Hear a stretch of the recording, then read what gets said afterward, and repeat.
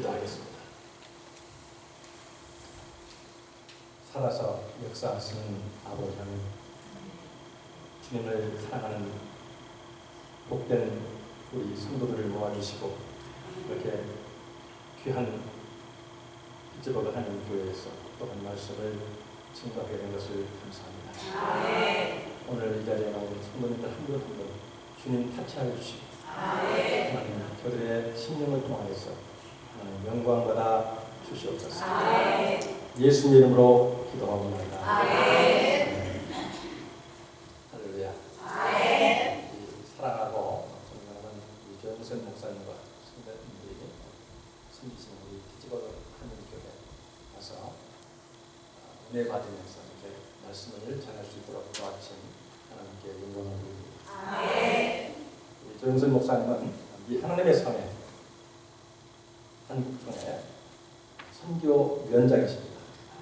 저번주에 오셨던 우리 목사님과 제가 한 팀이 되어서 우리 교단에 13분의 선교사님이 계시는데 모든 헌금들을 또 후원 운영회는 이렇게 보내드리는 그런 일들을 맡으면서 이렇게 한마음 한뜻으로 저도 목사님이 불러주셔서 또 선교하시는데 같이 참여하기로 해서 또 이렇게 한마음으로 목사님과 이 성도님들이 주님의 그 복음을 전하는데 앞장서서 하시는 것을 보시고 하나님께서도 감동하시고 영적으로 물질적으로 계속해서 축복해 주실 줄로 믿습니다. 사람들이 우리가 왜 선교를 이 힘든 선교를 해야 되느냐 하는 말을 하는데 현대 선교학자 조한 파이퍼는 이렇게 말했습니다. 예배가 없기 때문에 예배가 존재하지 않기 때문에 선교를 한다고 정의를 내렸습니다. 여러분들 이 교회의 사명은 예배와 선교입니다.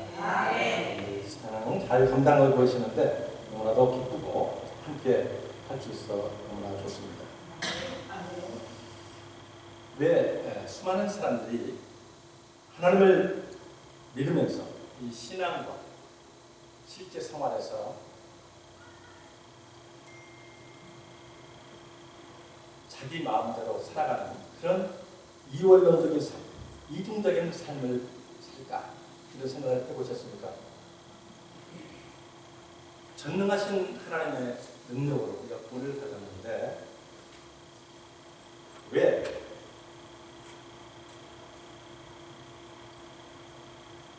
우리 속에 어리석음이 남아있고 우리가 신앙의 삶에 능력이 없을까?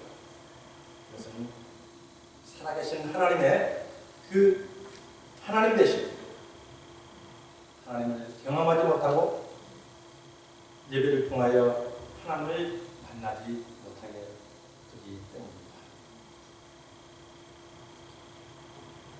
죄인들의 그 마음, 굳은 마음, 하나님의 성품에 감동 없는 시간이 언제라고 생각하십니까? 예배 시간입니다. 하나님 앞에서 내가 누구인지를 알게 되고 자신이 거룩하신 하나님 앞에 나가기에 너무나도 부족한 사람이라는 것을 깨닫고 회개의 시간이 일어나는 타임이 언제입니까? 예배 시간입니다. 자신의 한평생을 주신 그 하나님, 내가 하나님과 함께 그리스도의 영광을 위해 살아가겠다는 거룩한 결단을 하게 되는 시간이 언제입니까? 바로 예배 시간입니다. 사랑이 없어 아무런 그 고통을 받아도 느끼지 못했던 나의 심령, 굳은 심령이 그 하나님의 참된 사랑의 의미를 깨닫고 자신의 살을 내어놓겠다고 결단하는 시간이 언제라고 생각하십니까? 예배하는 시간입니다. 냉정한 마음 다 내려놓고 하나님과의 만남을 이루어지는 시간이 바로 예배 시간인 것입니다. 이처럼 하나님은 살아왔던 성도들의 이 모든 죄악된 성품들을 예배를 통해서 바꾸어 나가시는 줄로 믿습니다. 그러므로 우리가 예배를 드리는 시간 그걸 해야 될 줄도 믿고, 내가 나의 영혼에 아무런 변화가 없다, 영향을 받고 있지 못하다고 생각하는 것은 문제가 있는 것입니다. 우리 그리스도인들이 예배를 통해서 전능하신 하나님을 경험하면, 그리고 만나면 그는 어떤 시대를 살아간다 하더라도 슬픔이 올 때나 기쁨이 올 때나 우리 그리스도인이 능히 승리하는 성공적인 삶을 하게 될 줄로 믿습니다. 오늘 말씀에 등장하는 인물이 바로 다윗이라는 사람입니다. 다윗은 일평생 참 흠이 많았지만 하나님 앞에서 어느 상황에서 하나님을 참 찬양하며 하나님을 기뻐하며 살아간 위대한 신앙인의 한 사람이었습니다. 오늘 그 말씀의 배경은 24편은 다윗이 적들로부터 빼앗겼던 언약궤는 하나님을 섬기는 그 언약궤인데, 오랫동안 빼앗겼다가 예루살렘 성전 밖에 있던 것을 이제 예루살렘 성전으로 들어오면서 그 장면을 그리면서 하나님 앞에 찬양하며 예배드리는 모습입니다. 그 영광의 왕을 지금 축하하고 있는 그러한 모습을 우리 말씀 속에서 함께 읽어봤습니다. 오늘 1절 말씀, 2절 말씀을 제가 한번 읽습니다. 땅과 거기에 충만한 것과 세계와 그 가운데에 사는 자들은 다 여호와의 것이로다. 여호와께서 그 틀을 바다 위에 세우시며 강들 위에 건설하셨다. 우주에 충만한 것들이 다 여호와의 것입니다. 하나님이 누구십니까? 만물의 주인이십니다. 이 창조주에 대한 피조물의 마땅한 반응은 뭐예요? 창조주를 높여드리는 일인 것입니다. 하나님을 경배하는 것 중에 인간의 최고의 행위가 바로 예배입니다. 성경에 수많은 선신앙의 선배들, 믿음으로 살았던 선배들처럼 예배가 인생의 목적이 되면 반드시 하나님께서 그의 삶의 영적인 축복과 함께 어느 시대를 사는 이 땅에서 성공하는 인생을 살았던 것을 우리는 알아야 됩니다.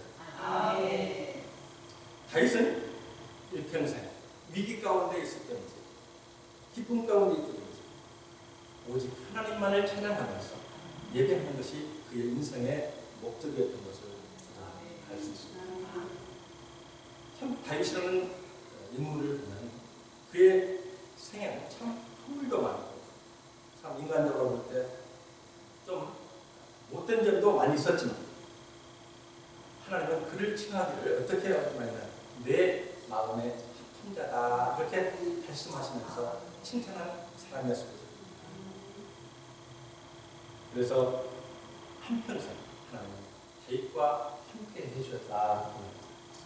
그래서 이 다윗은 지금 수천 년이 지난 지금 이 시대에 이스라엘 사람들의 신앙적인 모험생이 되어서 이스라엘 온 천지를 가고 다윗의 깃발로 흘러들고 있는 것을 볼 수가 있습니다. 그와 같이 다윗은 예배의 대상이 누군지를 알았고 누구를 섬길지를 분명히 알고 하나님과 모든 일을 해결했던 인물인 것을 생각하면서 오늘 말씀을 같이 은혜를 나누기를 원합니다. 그래서 우리가 예배를 드릴 때 예배의 대상을 잘 아는 것이 아주 중요합니다. 이것이 참 예배자의 자세히 축복의 시작인 것을 한번 말씀드리고 싶습니다. 우리가 지금 분명히 예배를 드리고 있는데 방문하신 분들도 계실 줄로 압니다. 녹화심에서 말씀을 드리면 섬길 대상을 분명히 알고 예배를 드려야 한다. 우리가 교회를 다녀도 미신적인 신앙을 가질 수가 있기 때문입니다. 섬길 대상을 잘 모르고 그냥 예배드린다. 이게 바로 미신적인 신앙이다 이 말입니다. 우리가 하나님을 믿는다고 하지만 하나님이 누구신지를 잘 모르고 믿는 경우가 너무나 많습니다. 성경에서 우리가 예를 찾아볼 수 있습니다.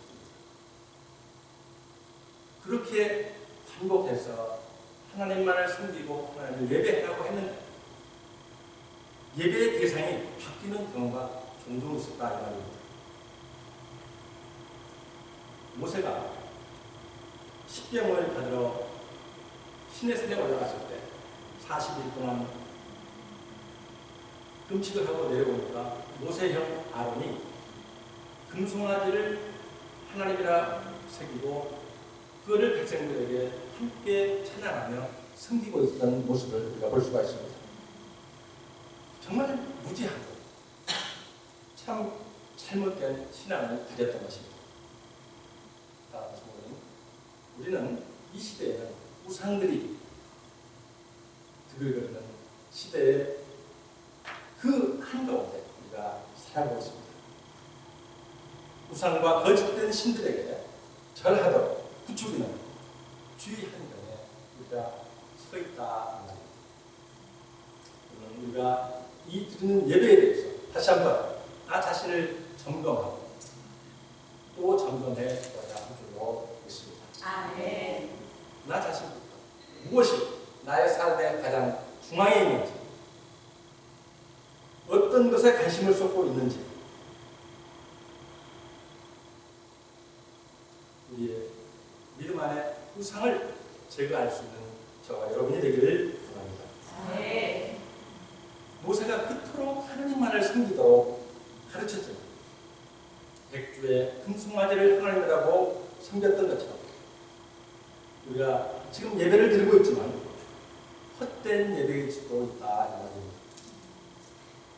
예배 받으시기에 합당하신 분, 우주의 오직 진정한 왕은 하나님 한 분뿐이십니다. 아멘. 3절에 여호와의 산에 오를 자 누구며 그의 거룩한 곳에 설 자가 누구인가 하고 지금 예배에 듣고 있습니다.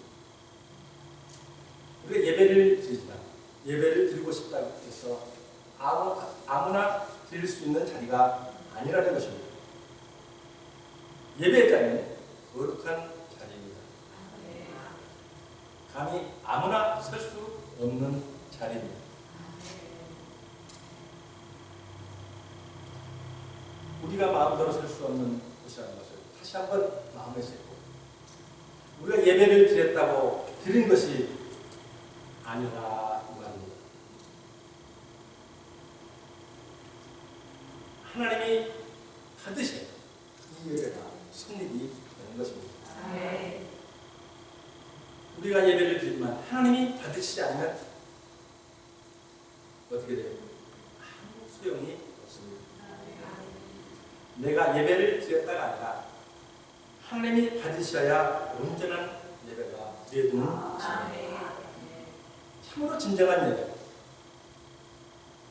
자기 만족의 핵심이 아니라 하나님이 받으실 만하냐 이겁니다.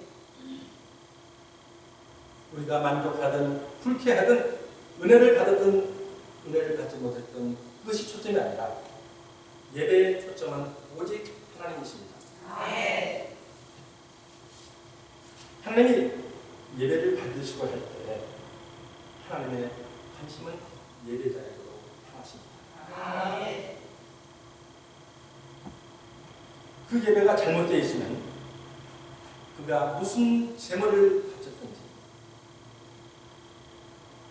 받지 않으신다는 말씀입니다. 우리가 인류 최초의 살인 사건이 있었습니다. 가인과 아벨의 제사가 있었는데 어떤 제사를 받으셨습니까? 똑같이 예배를 드렸지만 동생 아벨의 예배를 받으시고 가인의 제사는 받지 않으셨다 말씀하시고 있습니다. 하나님께서 예배를 받으시고 받지 않으시고 거부하시는 것, 재물의 차이가 있는 것이 아니라 재물을 드는 자의 마음의 자세에 따라서 그 예배를 받느냐 받지 않느냐는 말씀입니다. 세상에는 많은 교회가 지금 예배를 드리고 있습니다. 그러나 세상은 변하지 않고 있습니다. 교회가 없거나 목사가 없거나 성도가 없거나 헌금이 없거나 설교가 없어서가 아닙니다. 이 모든 것이 풍성해도 하나님이 기뻐하시는 예배를 드리지 않고 예배를 드리지만 계속 죄를 짓고 하나님이 기뻐하시지 않는 일들을 하고 있다는 말씀입니다. 이것은 어떤 종교적인 부흥은 될 수 있지만 하나님은 외면하신다 이 말입니다. 하나님은 어떤 예배를 기뻐 받으시는지 다시 한번 말씀을 보면서 살펴봅니다. 믿음으로 아벨은 가인보다 더 나은 제사를 하나님께 드림으로 의로운 자라 하시는 증거를 얻었으니 하나님이 그 예물에 대하여 증거하십니다. 저가 죽었으나 믿음으로써 오히려 말합니다. 믿음으로 아벨은 가인보다 더 나은 제사를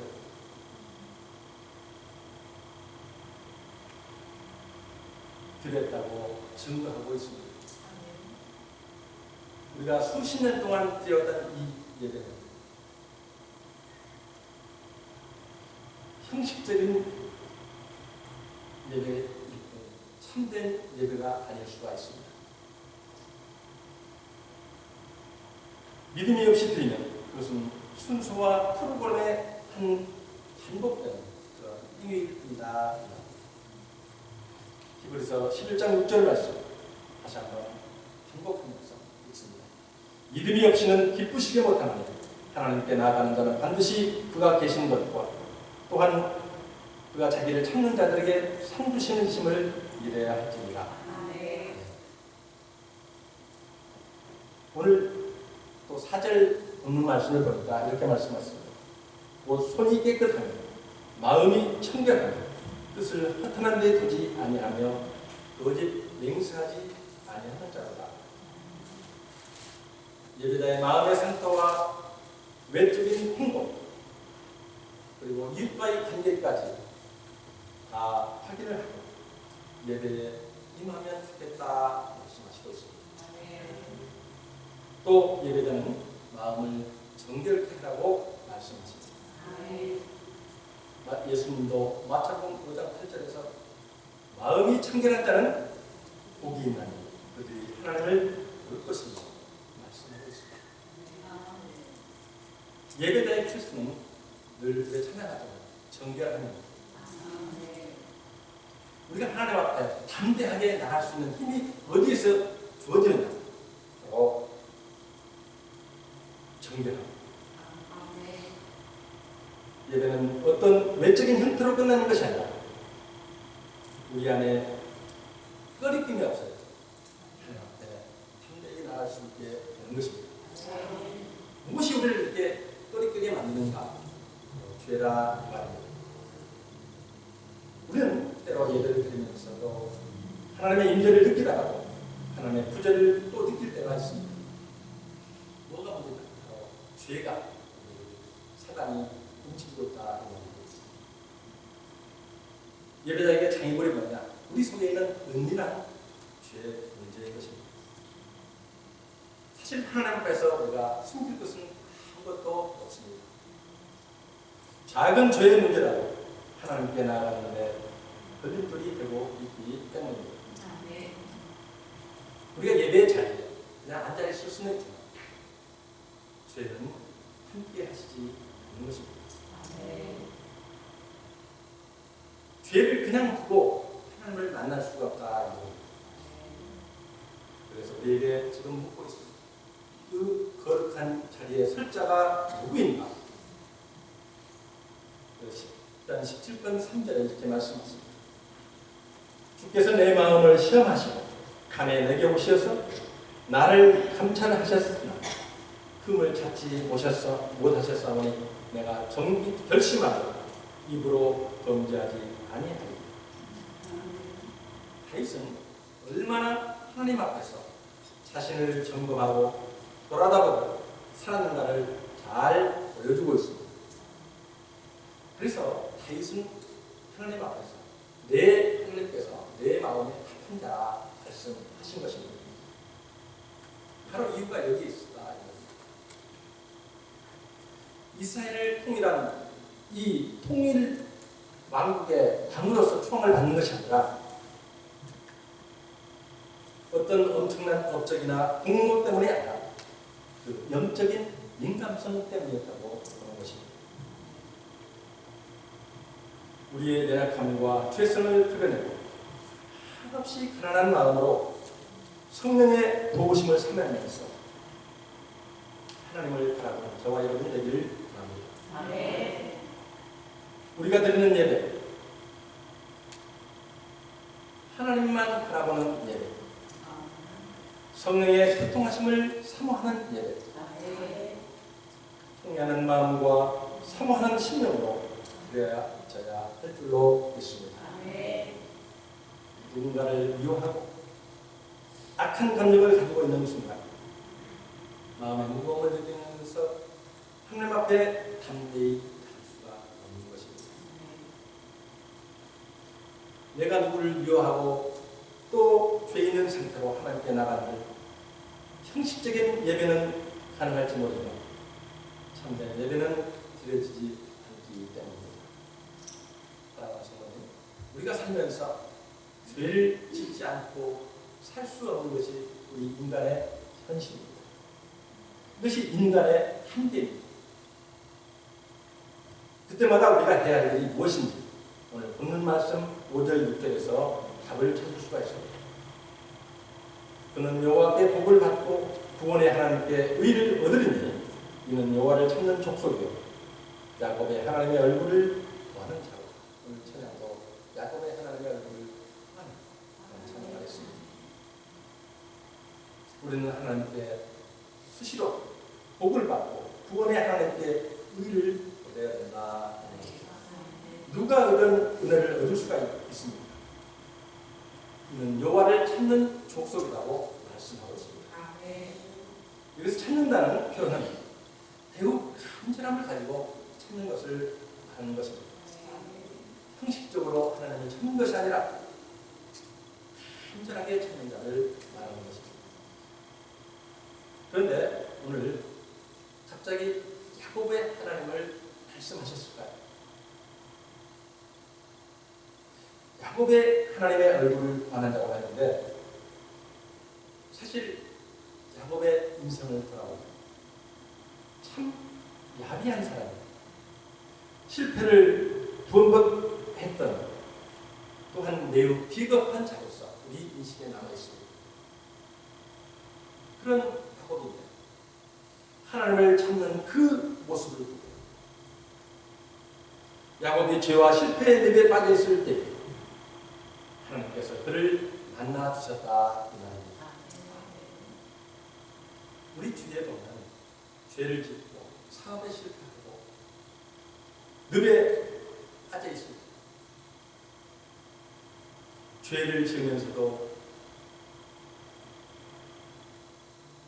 하나님 앞으로 나오지 않고 도망가는 사람이 있는 겁니다. 그와 반대로 하나님께로 더 가까이 나아가는 사람이 있는 것입니다. 우리가 어떤 죄를 지었을지라도 주께로 나오는 자는 복이 있게 될 줄로 믿습니다.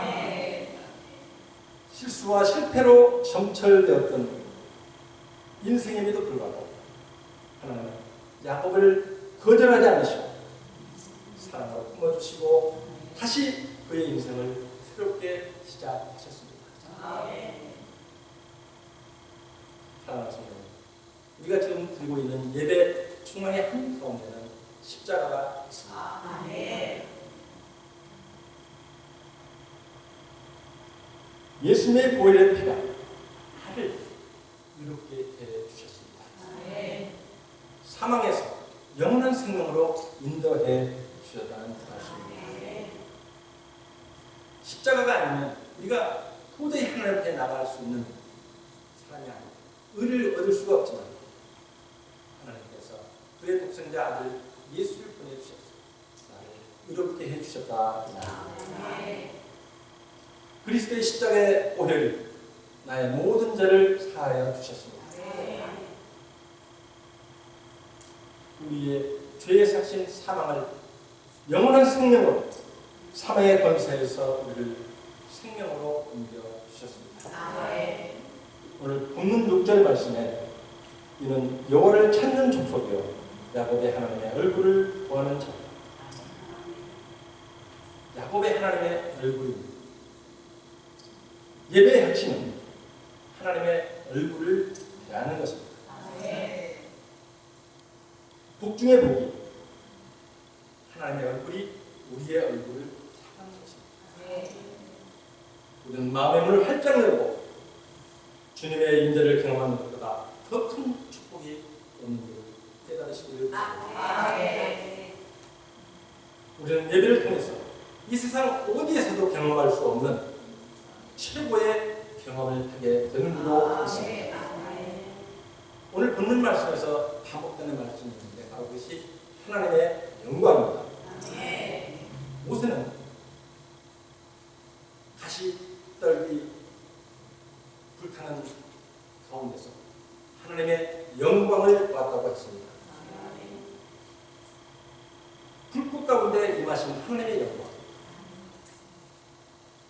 그 영광이 너무나 강렬했기 때문에 그는 거절할 수 없는 하나님의 소명 앞으로 나가 자기의 신발을 벗었다고 했습니다. 사랑하는 성도님, 나의 신발이 무엇입니까? 오늘 하나님께 나가는데 다 걸림돌이 되고 있는 것입니다. 하나님의 영광을 보시기를 주님의 이름으로 축원합니다.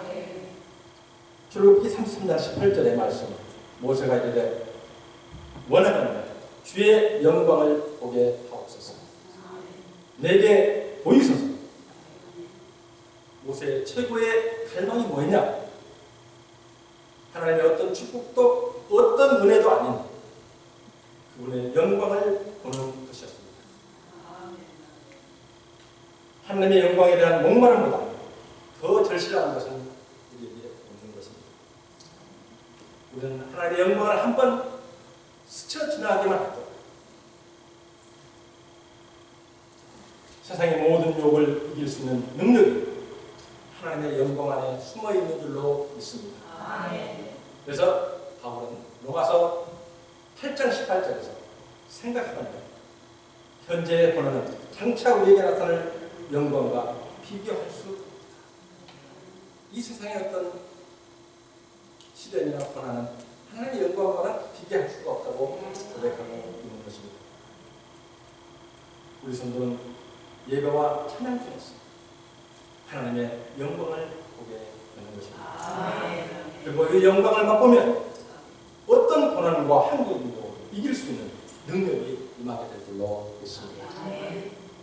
바울은 하나님의 말씀을 들고 세상 끝까지 나가서 복음을 증거하는데 수많은 고난이 있었지만 감당하기 힘든 몸으로 현실로 받아들이기 힘든 그런 상황이었지만 그 모든 무게를 견딜 수 있었던 것이 뭐냐?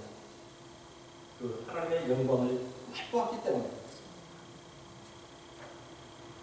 그것이 장차 내게 또 임할 그 하나님의 영광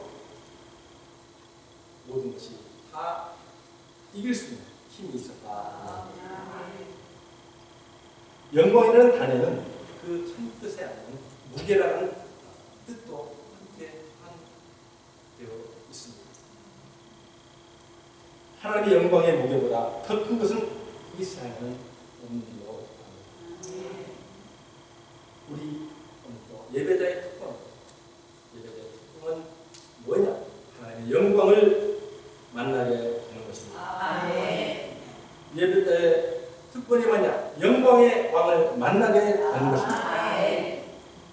성도들의 가장 두껍던 경험, 하나님의 영광을 보는 것입니다. 이 시간 성령의 증거와 하나님의 영광을 다 경험하시길 사도 바울은 그 영광의 무게를 알았던 사람입니다. 이처럼 하나님의 영광을 한번 경험하면 소소한 세상의 일들은 다 아무것도 아닌 줄로 봅니다.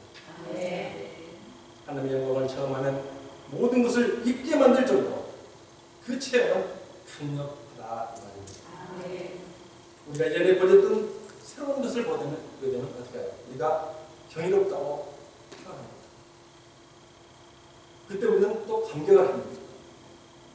너무 좋아서 거기에 빠져들고 빠져들다 보면 또 다른 게 하나도 생각이 나지 않아요. 거기에 빠져들면 볼 수 있는데 이게 뭐냐? 바로 하나님의 영광이 떠났다 이 말입니다. 변화산에서 베드로가 하나님의 영광을 보았습니다. 너무 좋아서 산 아래 내려가고 싶지 않다는 생각이 들고 그 영광에 압도되었습니다.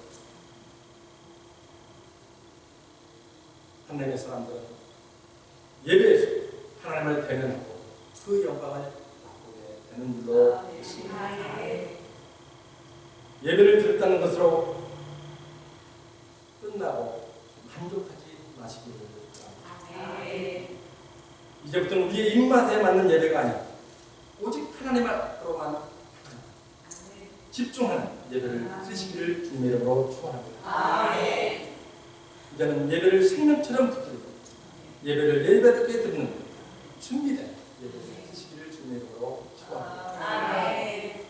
우리의 신앙과 삶은 이 예배에서 결정하는 것입니다. 하나님의 영광을 보면 어떤 고난도 세상의 힘든 일도 다 이기게 될 줄로 믿습니다. 질병도 고침받게 될 줄로 믿습니다. 이 세상의 어떤 악과 문제도 다 해결받게 될 줄로 믿습니다. 어떤 상황에서 예배에 성공하는 복된 성도님이 되시길 주님으로 축원합니다. 기도합니다. 사랑과 은혜가 충만하신 아버지 하나님, 여호와의 산에 오를 자 오늘 예배를 통해서 하나님의 영광의 왕을 만나 하나님의 얼굴이 한 분 한 분 위에 보면서 앞으로 이 세상에서 승리하는 어떠한 문제도 이기고 나갈 수 있는 복된 성도님이 되기도 하옵소서. 예수님 이름으로 기도하옵나이다.